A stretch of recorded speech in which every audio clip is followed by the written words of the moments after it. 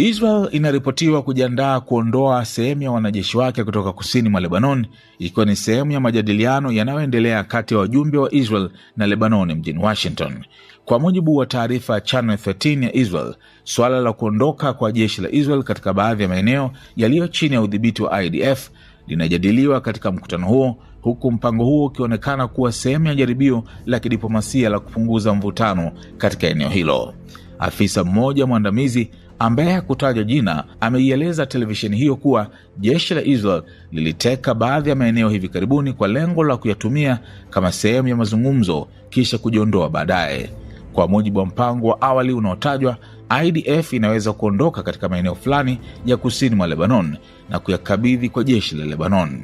Hatua hiyo, ikiwa itatekelezwa, inaweza kuwa mwanzo wa mpango mpana zaidi wa kupunguza uwepo wa kijeshi wa Israel nchini Lebanon, licha ya viongozi wa Israel hapo awali kusisitiza kuwa hawataondoka katika eneo la usalama kwa muda wote ambao Hezbollah itaendelea kuwa tishio.